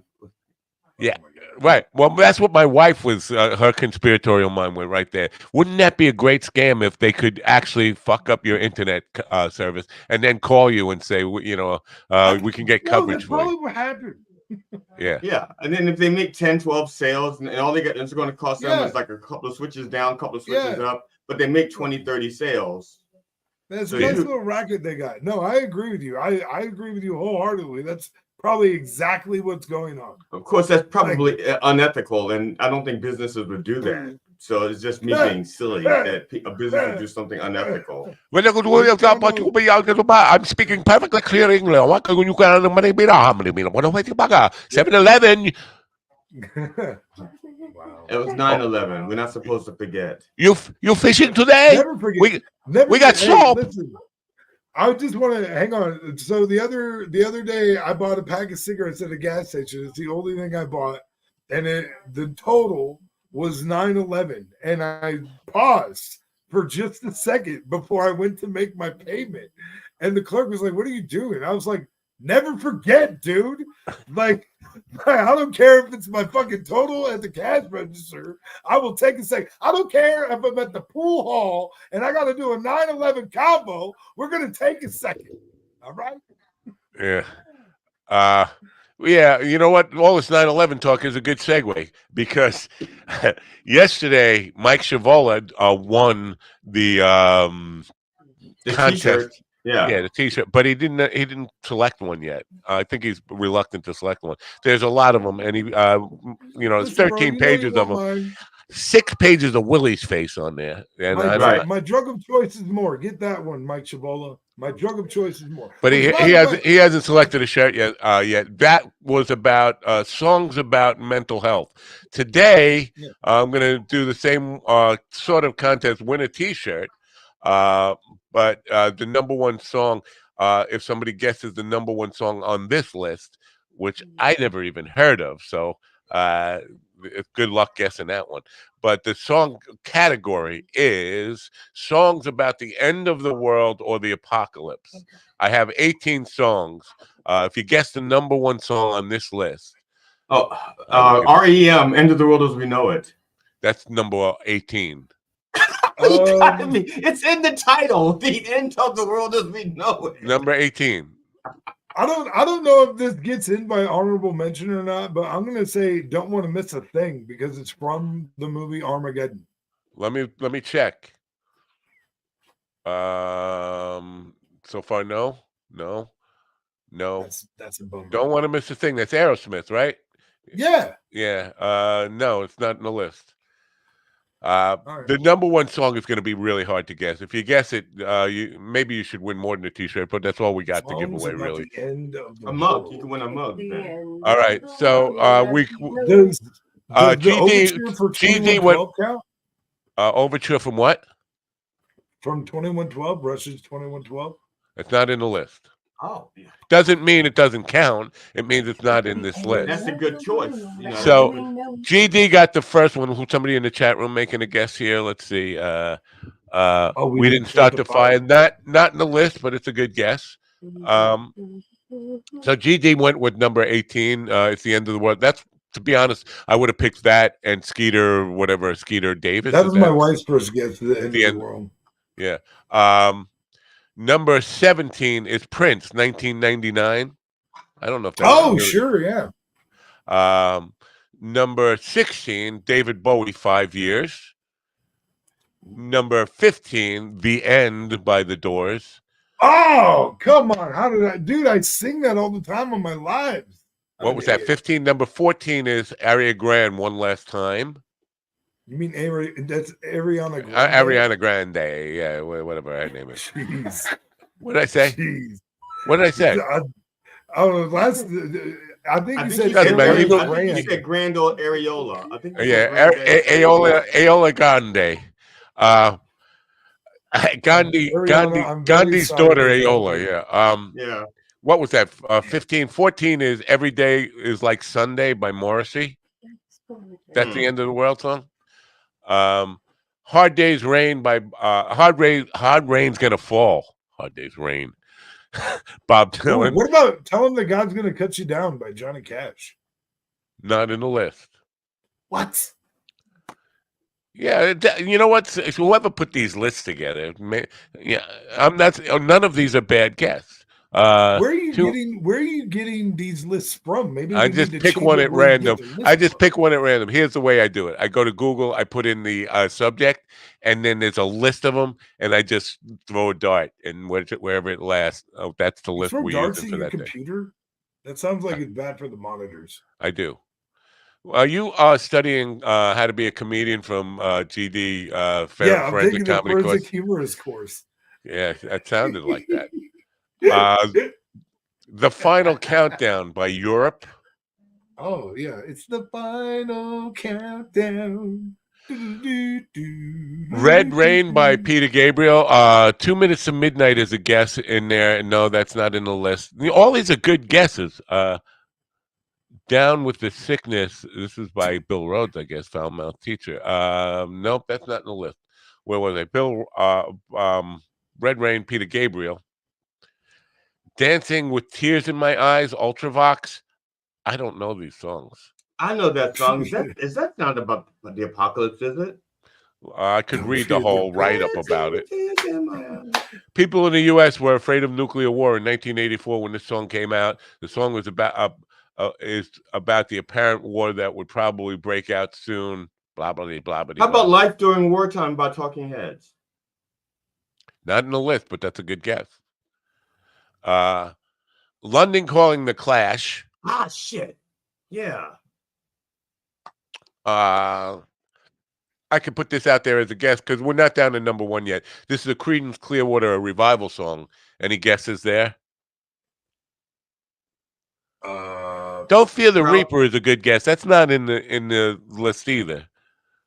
Yeah, shitty list, I guess. But that's not end of the world either. That's just end of your world, not the world. Okay. That's end of a world. Got a Creedence Clearwater CCR. Yes. Okay, Complicated Game by XTC. Not in the list. You never heard of XTC. Next thing you know, you're gonna tell me you never heard of Crack. Sidwell says Fortunate Son. No, that's not it. No. Right. That's not it. No. Bad Moon Rising. That's it. That's it. That's a good guess. So that's a CCR song. I thought that was Bathroom on the Right. A Frankie Goes to Hollywood song. What? Relax. Don't do it. Relax. Nah. I have a song called Let's Make Love Like the World's Gonna End Tonight, which is basically about that. Like, if you knew the missiles were on their way, what would you do? The first thing I would do is like, let's fuck, man. Like, there's no time to run up the credit cards here. There's only one thing you can do. Honey, if the bombs War Pigs by Black. Not in the list, but a good guess again. All these are good guesses. The Frankie Goes to Hollywood song is Two Tribes. Oh, Generals and The Call. Walls Come Down by The Call. Not in the list. All right. English Roundabout by XTC. What the fuck? I'm sorry. I meant to say War Generals and Majors by XTC. Generals and Majors by XTC. Nope. Not in this list. Are we in the top 10 yet? Apocalypse Please by Muse. Don't know any of these songs. You know that song? No. How about a Madonna and Justin Timberlake song? What? Madonna featuring Justin Timberlake. Really? I want to know what the name of the song is. I know. I bet you nobody go. Is Madonna still a thing? There was she's still alive. There was a video of her falling down on stage the other night. It was, but she did get back up, which is good for her at her age. That's the most important thing. If you fall down, get back up. Yeah.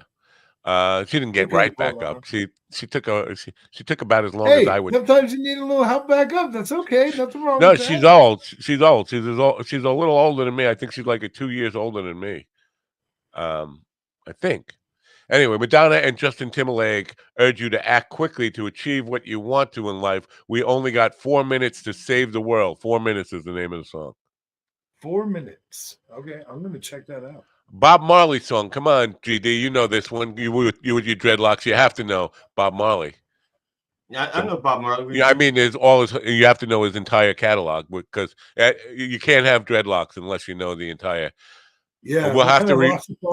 Technically, I'm a Foster. According to them, I'm a Foster, not a roster. So I don't have to know the whole catalog. Come on, Foster. Every Foster should know. We're gonna have to Marley. take your dreadlocks back if you don't get this right. Bob Marley song about the apocalypse or the end of the world. If you don't get this right, the dreadlock police will be at your door any minute now. Three Little Birds. Where's the? Everything's gonna be all right. Is not apocalypse. Every little thing. Yeah, that's not about the end of the world. Yeah, that's how Christians see it. Christians see it. Once the world is over, everything is going to be all right because then Jesus takes over. That's how Christians see it. That's why the apocalypse is a good thing. That's why I keep pushing for it. Yeah, I don't necessarily think this is about Armageddon or the end of the world. Redemption song, Bob Marley. Here's what they have to say about this. Bob Marley feature did say that, by the way. Bill chimed in with that. Oh, and so did Evil Ian. They both did. Oh, wow. Now, here's what they say why it's a apocalypse song. The spiritual song is unlike Bob Marley's reggae songs.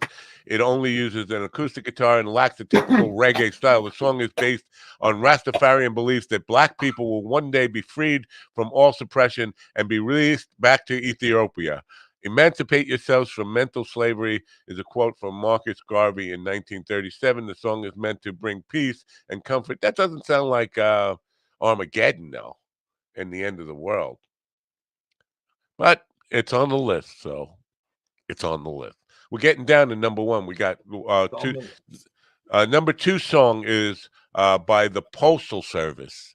You don't even know who the Postal Service are? I don't know this band, the Postal Service. Okay, maybe they mean actually mailmen.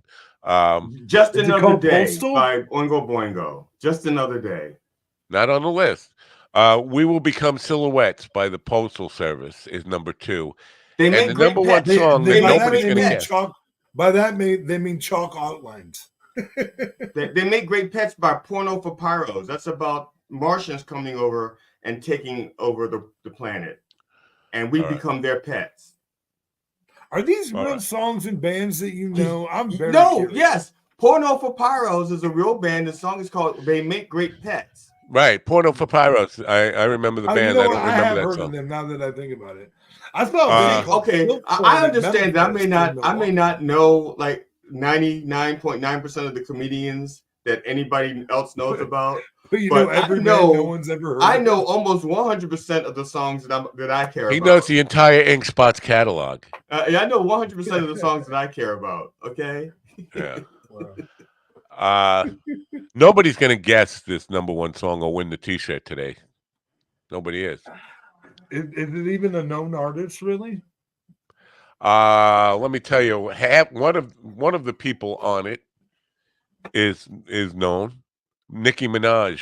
If I put Nicki Minaj in there, will that help somebody win the T-shirt?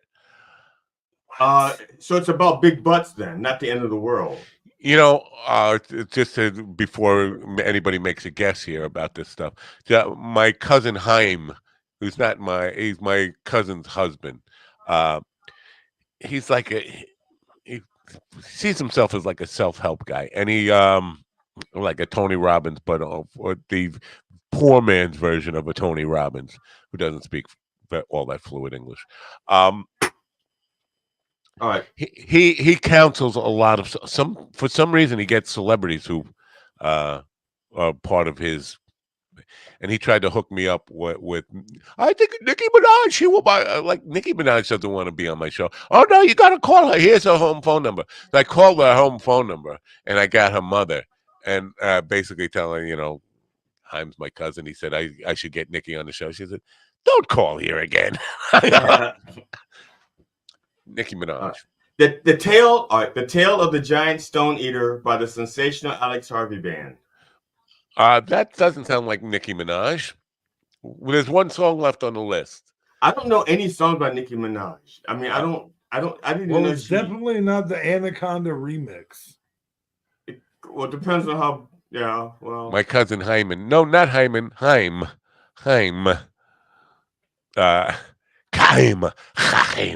Life. I'm surprised. Postal Service. I will follow you in the dark. No, that's not it. But anyway, I will follow you in the dark. I don't know. All right, I'm just gonna give out the song, and nobody wins the T-shirt today. How about that? All right, go ahead. Give out the 2012. Song. 2012. It's about the Mayan prediction of the end of the world. So. Oh, okay. Who was all on the track? Nicki and who? A bunch of Mayans. Do I know this guy? Jay Sean, Jaysean, Jaysean, Jay Sean, featuring Nicki Minaj. I don't know. I don't. I thought I was a musician at. What is she saying? She said, "Oh my God." She just discovered yarn in somewhere it shouldn't be, I guess. Okay, now I found another list. He had some more songs about the end of the world. The contest is over. Nobody won. We'll probably do another contest tomorrow for the T-shirt, so you have to tune back. If you want a free T-shirt, you got to keep playing along and try to win it. Until the End of the World by U2 is 5 years by David Bowie. I think we talked about that one. Right. Idiotech by Radiohead. Doomsday Clock by Smashing Pumpkins. The Carl Mann song. No, Dancing with Tears in My Eyes. I think we talked about that one. London Calling, we talked about that. Every day is like Sunday. These are the same list. Third Planet. Why isn't Carl just joining us? Because he was busy looking up the answer that he can't win. End of the world as we know it, REM. Survivalism. What is the? I think we did the REM. It's the end of the world as we know it. Sorry, my bad. Survivalism, 9 Inch Nails. Stand by the Jams, KLF. Is that Crack the Sky? No. No, that's KLF. No, is that Crack the Sky? No, Crack the Sky. Maybe Nuclear Apathy might be the Crack the Sky song. I'm trying to think of the words for Nuclear Apathy. If you say Crack the Sky one more time, you're out of here. Out of where? Out of here. Waiting for the world to end. Waiting for the end of the world. Waiting for the end of the world. Elvis Costello. One last time. Did I say that one? That was Ariana's Grande hole. You said, yeah. Ariana's Grande. Grande. Yeah, like Gandhi. Aola Gandhi. Gandhi. Invisible Sun, the police. Now I wanted to talk about this kind of thing because there's a story about because Black Hole Sun is trending. That's what got me thinking about the end of the world. Black Hole Sun is trending on Twitter because there is a black hole in the middle of the sun. They got pictures of this. Did you also hear the moon is turning red? No, the moon is turning red. There's blood like red some kind moon. of rustic. There's some kind of rustic thing happening on the moon. Gosh, I forget what they call it. It starts with the. It's a blood red moon. But yeah, no, it's like turning red.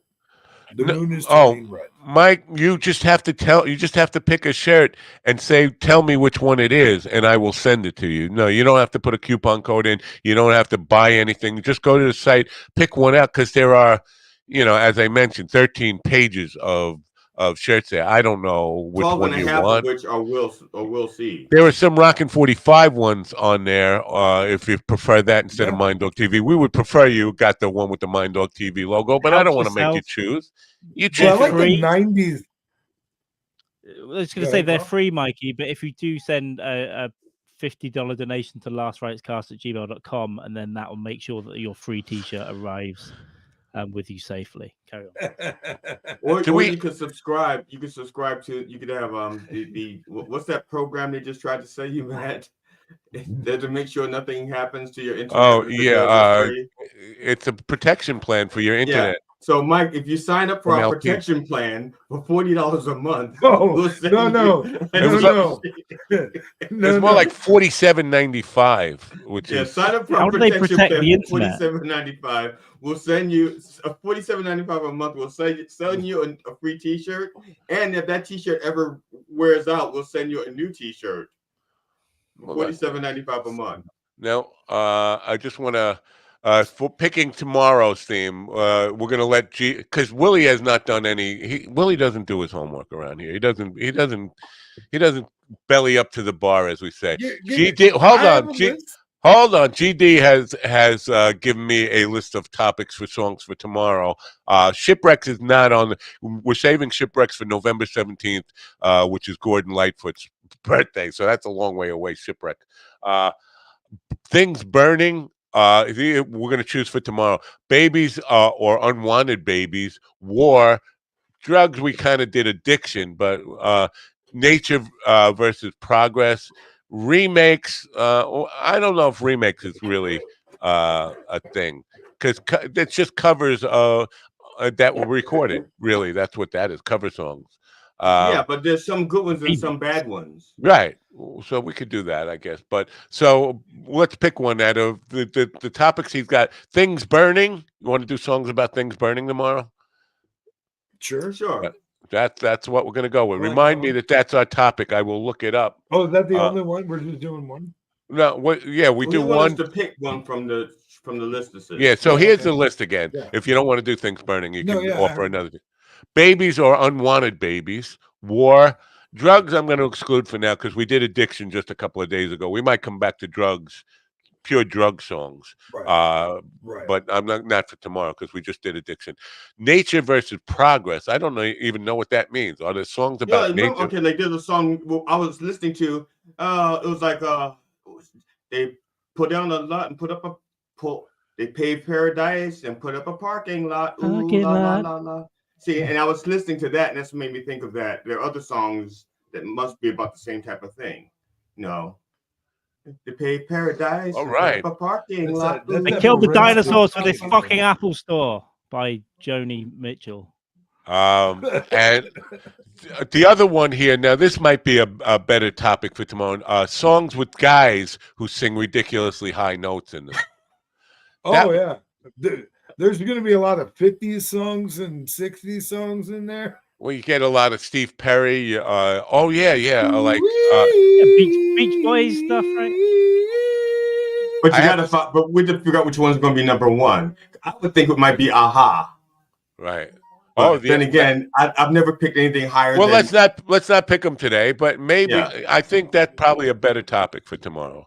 Mike has an exquisite taste in T-shirts, by the way. He just made his pick. We'll order this today. The Reverend shirt, one of the Reverend shirts, because you said exquisite taste. So it's one of the Reverend shirts. No. Is it the shirt with the nipples cut out of the shirt? Is that the one with the nipples already cut out? One of Willie's? No. Keep guessing. Well, I'm going to pull it out here and then put it in the bucket and all this kind.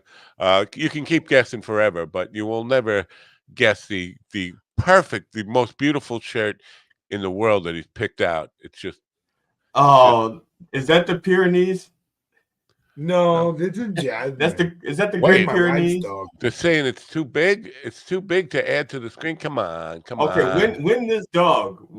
Okay, pick the number. No, no, my wife would freak out, dude. Oh my god. Oh, like that. Like that's the only other thing she would freak out about. Of all the things your wife has to freak out, she's married to you. You think not having a dog would freak her out more?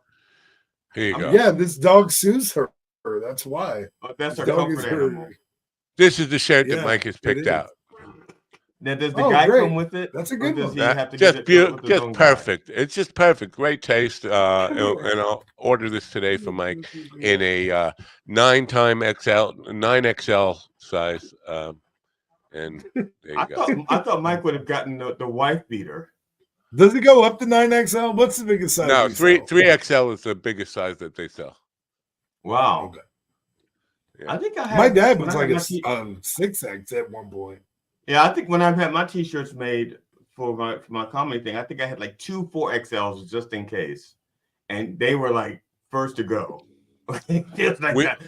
I want one of your shirts. Like, let me guess. 4XL. We do need to get some Carl shirts on the site. I mean, there are no Carl shirts on the site. You don't need any shirts. Carl has his own merch thing for the Last Rites pod, by the way, and you can go there and those are selling like hotcakes. Nobody buys hotcakes. Cakes. I like just French toast. Or just cakes. Coffee with the dog. Finally, a real dog on this show. What do you mean? Willie had a dog in his lap. What she's talking about is normal. She's drunk at work. I think there was a real dog here yesterday, wasn't there? 2 days ago. Yeah. With Anthony Cassese. Yeah, he couldn't get it to shut up. It just kept barking. Yeah. Let's carry over from yesterday. 3 years. He's had that sound effect for 3 years ready to go. Just I have. So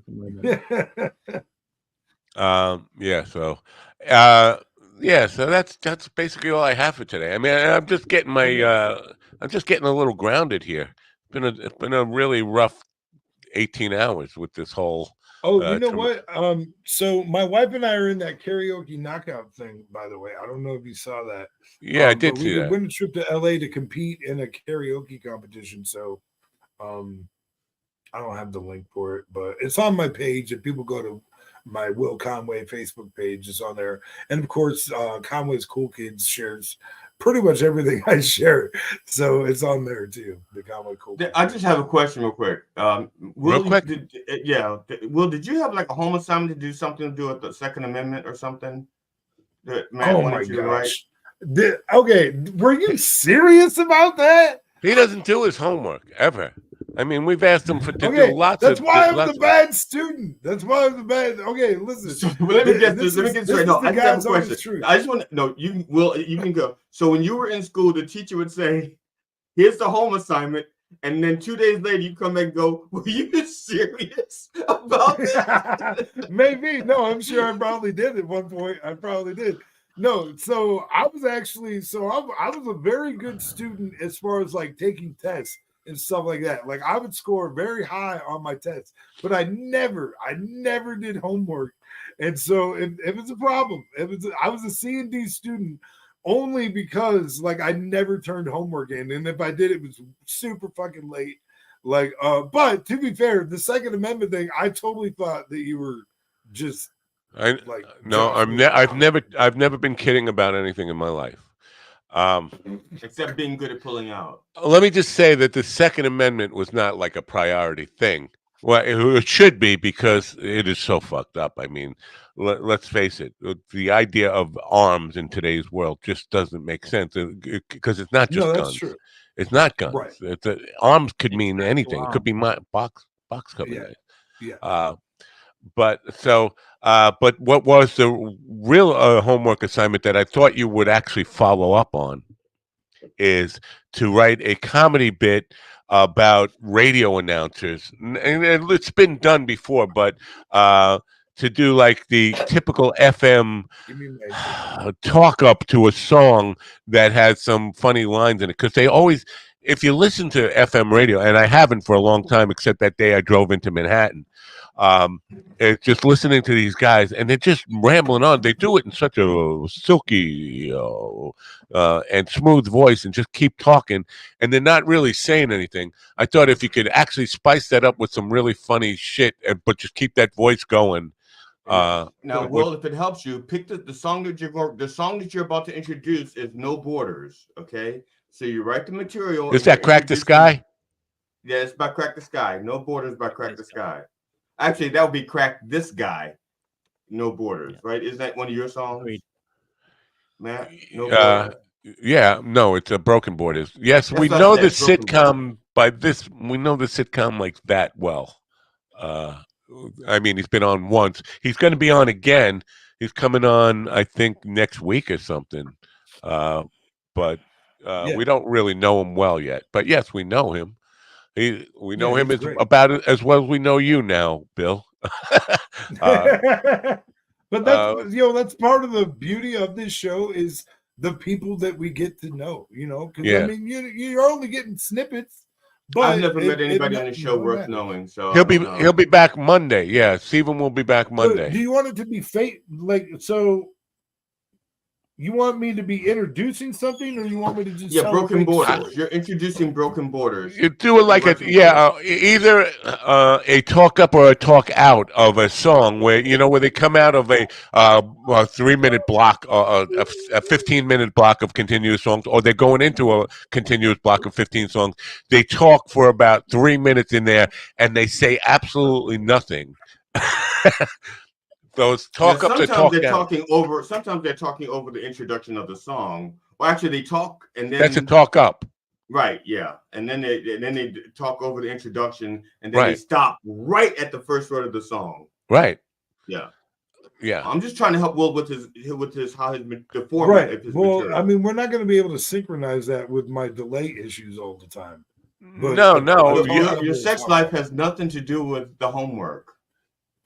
But okay, and it can be like, so you want it to be like a talk out of a band, and it can be a fake band or whatever. Yeah, it could be. Okay, good. Yeah, I want to talk about Will and his comedy routine on FM radio on KDOG, KDOG, that kind of thing. Yeah. Anyway. Okay. Right. We can provide a music bed to put behind you that won't get copyright violation. Coffee with the Dog, weekdays 9 a.m. Eastern Standard Time. Broken Borders, because one of your songs, we wouldn't get in trouble with it, and I could have suggested one of mine, but getting one of my songs played would be like, Yeah, no, we're never playing any of your songs on this. I can't even get him the song that I can't even get him to play the song that we did together. Yeah. No. That's why I suggested Broken Borders. Which is a great song, by the way. I don't know why you don't. Carl hates that song. Carl hates everything you do. He gives me shit about that song every time I play it. But Carl hates everything. Why should you be surprised? Or Broken Borders. Carl was picking on me about my promo of Lord and His Lady last night. The thing is, my excuse now, other than the excuse that I'm blind and I can't type, and there's no letters left on my keyboard, that I was all on the phone anyway, and it was on cellular data on the phone because that was at the time. It was like 8:50, and the show was supposed to launch at 9 o'clock, and I wasn't even sure it was. And I saw that it wasn't promoted. Nobody shared it on Twitter or any of that stuff. So I typed "A Lord and His Lad," which would be like kind of like Bill, talking about fucking kids and stuff and losing your job. I actually caught that and went in and changed it. I actually caught that and went in and changed it on the event. Not on Twitter, because that's where Carl saw it, and that's where Carl started picking on me. Basically, he said, "You old man," and then he kicked me, and I was down, and he kept kicking. All right, good for you, Carl. Yeah, good for you, deliberately Carl. trying to mispromote Conway. Split the leg. That's right, Carl. Misspell his show. Get it? I mean, thank you, Matt, for doing that. I appreciate that you made it happen. Yeah, we except I made you look like a pedophile. I made you look like a pedophile, a Lord and His Lad. Like, okay. So you helped his image. So you helped him with the Jeffrey Epstein crowd. Wow. You know what? I'm just saying, I'm just saying he's broadening your